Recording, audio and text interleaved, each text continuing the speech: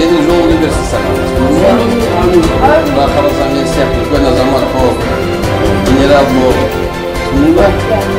Ол үшін жасап, оқы, ата-анаңды тыңда, жақсы ма? Армандар орындалады жобасының авторы ретінде бүгін қуаныштымын.